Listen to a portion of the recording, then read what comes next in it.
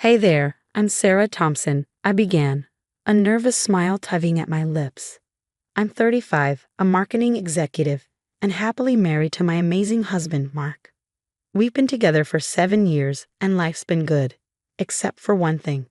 We've been trying to have a baby for what feels like forever. Sarah, honey, Mark's voice broke through the silence one evening, after yet another negative pregnancy test. Maybe we should think about adoption. I sighed, the familiar ache in my chest deepening. I know, but I'm just not ready to give up yet. There's still that new fertility clinic Dr. Roberts recommended. Mark wrapped his arms around me, his voice gentle. Whatever you want, babe. I'm with you all the way. That was Mark, always supportive, unlike my older brother, Eric, and as if on cue, the devil himself waltzed in without warning. Little sis, how's the baby making going?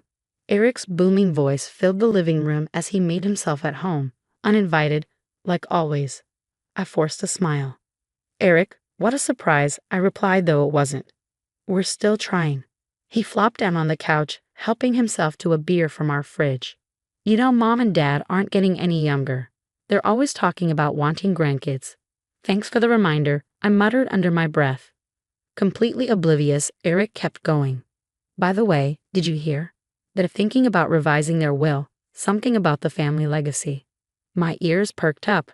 Our parents, Richard and Eleanor Thompson, had built a successful real estate empire. I'd never cared much about the money, but Eric's tone made me uneasy. What do you mean, revising the will? I asked, trying to keep my voice steady. Eric shrugged, too casually. You know how they are, always planning for the future. Probably want to make sure their grandkids are taken care of. The way he emphasized grandkids made my skin crawl. I quickly changed the subject, but his words lingered long after he left. Later that week, I met up with my best friend Lisa for coffee. As soon as I walked into the cafe, she could tell something was off. Spill it, Sarah. What's going on? I recounted Eric's visit, along with the weird vibe I got from him.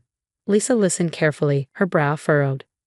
Sarah, I don't want to freak you out, but be careful around Eric. Something about this doesn't sit right with me. I know, I admitted, grateful for her concern. It's just, it feels like he sees me as some kind of competition. It's ridiculous. Trust your gut, honey, and remember, you've got people in your corner. Speaking of which, any news from the fertility clinic? A small smile crept onto my face. Actually, yeah, we're starting a new treatment next week. Fingers crossed.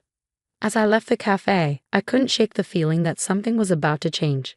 Little did I know just how much. After years of trying, Mark and I were finally expecting. 5 months along, and I was walking on air. My baby bump was showing, and I felt like I was glowing from the inside out.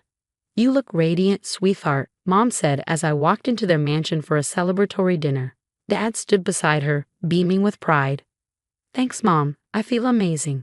I rubbed my belly affectionately. The house was decorated for the occasion, streamers, balloons, the works. As I made my way upstairs to freshen up, I heard unsteady footsteps behind me. Well, if it isn't the golden child. Eric's slurred voice made me freeze. I turned to see him, disheveled and reeking of alcohol. Eric, are you drunk? I asked, heart racing as he stumbled closer. You think you're so clever, don't you? Getting knocked up just to secure your inheritance. What are you talking about? I backed away, panic rising. Don't play dumb. His words were sharp, venomous. I heard Mom and Dad talking about changing the will, all because you're popping out a brat. Anger surged through me. This baby isn't about money, Eric. How dare you? How dare I? He sneered, moving closer. How dare you manipulate our parents like this? You're being ridiculous, I said, trying to push past him. Let me through. That's when it happened. Eric's face twisted in rage, and before I could react, his hands shoved me hard. I felt myself falling, tumbling down the stairs as time seemed to slow. Step after step, my body hit hard. I heard screaming. Was that me? And then, darkness. I didn't know how long I was out. When I finally woke, I was in a hospital bed, machines beeping softly around me. My whole body ached, and panic set in as the memory of the fall rushed back. The baby? I croaked, my throat dry. Mark's face swam into view, relief flooding his features. Sarah, thank God. The baby's okay. You've been in a coma for 2 weeks. 2 weeks? My mind reeled. Everything felt foggy, but then it hit me. Eric, he pushed me. Mark's expression darkened. I know, but he's claiming it was an accident. Mark said, his voice tight with frustration. The police can't do anything without proof.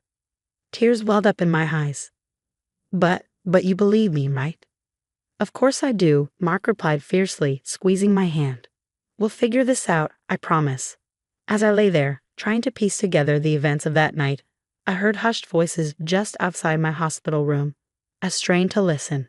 No concrete evidence, a stern voice was saying. Without a witness or confession, our hands are tied. But surely the fall itself, my dad's voice, sounding more distressed than I'd ever heard, cut through. It could have been an accident, the first voice interrupted. I'm sorry, Mr. Thompson, but we need more to go on. I closed my eyes, a mix of fear and anger twisting in my gut. Eric had tried to kill me, tried to kill my baby, and he might actually get away with it. As I drifted into an uneasy sleep, one thought circled in my mind. I had to find a way to prove what Eric had done. Somehow, I had to make sure he faced justice. The next few days blurred together with doctors, tests, and worried faces surrounding me. I was beyond relieved that my baby had survived, but fear gnawed at me. The worst part was the blank space in my memory, like a black hole where that night should have been. Sarah, can I come in? Eric's voice at the door made my heart race. I nodded, unable to trust my voice. He looked awful, pale with dark circles under his eyes. I'm so sorry, he choked out. It was an accident, I swear. I never meant for you to fall.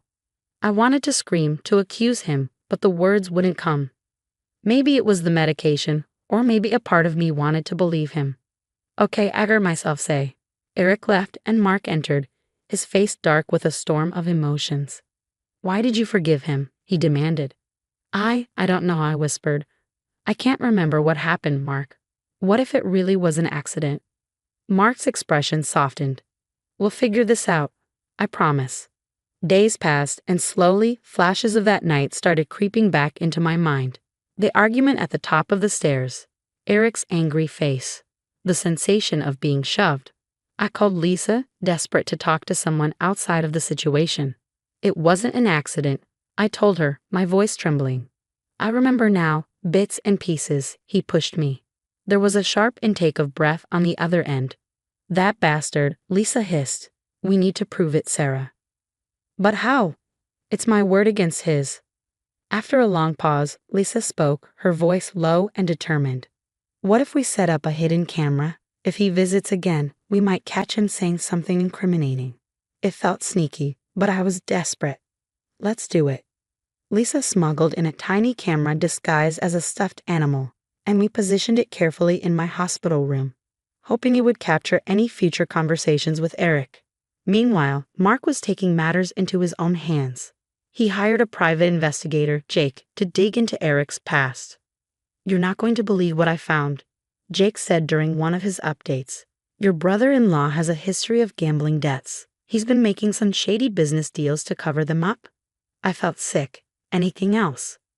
Jake nodded grimly. He's been meeting with your family's lawyer, looking into ways to contest the will if it's changed in your favor. We need to be careful, Mark warned. Eric's clearly dangerous. We can't confront him without solid proof. I agreed, but inside I was seething. How could my own brother do this? The next day, as if summoned by my thoughts, Eric showed up again. This time, I was ready. The hidden camera was in place, and I steeled myself for whatever might happen. Hey sis, Eric greeted me, overly cheerful. How are you feeling? Better, I replied cautiously. Eric, we need to talk about what happened that night. His face changed instantly, a flicker of fear, maybe anger, before he quickly composed himself. I told you it was an accident. Why can't you just let it go? I took a deep breath. Because I'm starting to remember, Eric, and what I remember doesn't match what you're saying. His eyes darted nervously around the room, and I prayed he wouldn't notice the camera. You're confused, he said, his voice hardening. The doctor said you might have some false memories. Don't go making accusations you can't take back. I saw a glimpse of the real Eric then, the one who had shoved me down those stairs. I knew I was right. This was no accident, and I was more determined than ever to prove it. The day finally came when I was being discharged from the hospital. Eric had agreed to help me pack, not knowing it was all part of our plan. Mark, Lisa, and my parents were in the next room, listening in. The hidden camera was recording, and I was wired up. My heart pounded as Eric walked in, all smiles. Ready to go home, sis. I took a deep breath, steeling myself for what was about to come. Almost, but first we need to talk about what really happened that night, Eric, I said, my voice steady. His smile faltered. We've been over this. It was an accident. Was it? I pressed. Because I remember you pushing me. I remember you talking about the will. Eric's face darkened, and he stepped closer. You don't know what you're talking about. Don't I challenged. I know about your gambling debts, Eric. I know you've been meeting with the family lawyer, looking for ways to contest the will. He moved closer, his voice low and dangerous. You better watch what you're saying. Or what? I shot back. You'll push me down the stairs again. Eric let out a bitter laugh.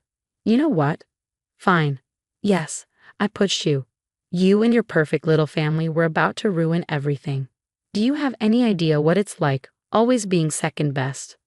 I felt a wave of nausea. So you tried to kill me? Your own sister? His eyes narrowed. I didn't mean to push you that hard, he snarled. But you just wouldn't shut up about the baby, about how happy Mom and Dad were. I couldn't take it anymore. Suddenly, the door burst open. Mark, Lisa, and my parents rushed in, their faces filled with horror and disbelief. How could you? Mom sobbed. Dad's voice was cold as ice. You're no son of mine. Get out. Eric's face paled as the realization hit him. You set me up, he hissed at me. No, Eric, I said, my voice steady. You did this to yourself. The next few hours passed in a whirlwind. The police were called, statements were taken, and Eric was arrested on the spot, charged with attempted murder of me and my unborn child. As the investigation deepened, more of his crimes surfaced. Fraud, embezzlement. It was like opening Pandora's box. In the weeks that followed, I focused on my recovery and preparing for my baby's arrival. My family rallied around me, showering me with love and support. Mom and Dad revised their will, cutting Eric out completely. But honestly, I didn't care about the money. All I wanted was for my family to be safe. Then the day came. I was in the delivery room, bringing my daughter into the world. As I held her for the first time, an overwhelming sense of love and protection washed over me. She's perfect, Mark whispered, tears in his eyes. A few days later, we were home, settling into our new life. Lisa came to visit, bringing news. It's over, she said. Eric's been sentenced to 15 years in prison. I nodded, feeling a mix of emotions, relief, sadness, anger. Sarah, Mark asked softly, you okay? I turned to my husband, my best friend, and our beautiful daughter. Yeah, I said, smiling. I'm more than okay. As I rejoined my family, I knew that whatever challenges lay ahead, we would face them together. We'd been through hell and come out stronger. Now, with our little girl, a new chapter was beginning. The future was bright, and it was ours. Now I have a question for you. If you were in Sarah's position, could you ever forgive Eric for his actions? Or do you believe some betrayals are truly unforgivable? Share your thoughts in the comments below. Your perspective might help others dealing with toxic family dynamics. Don't forget to like this video and subscribe for more powerful stories exploring family dynamics, resilience, and personal triumph. Your support helps us continue sharing meaningful narratives. Thanks for watching. We can't wait to hear your opinions.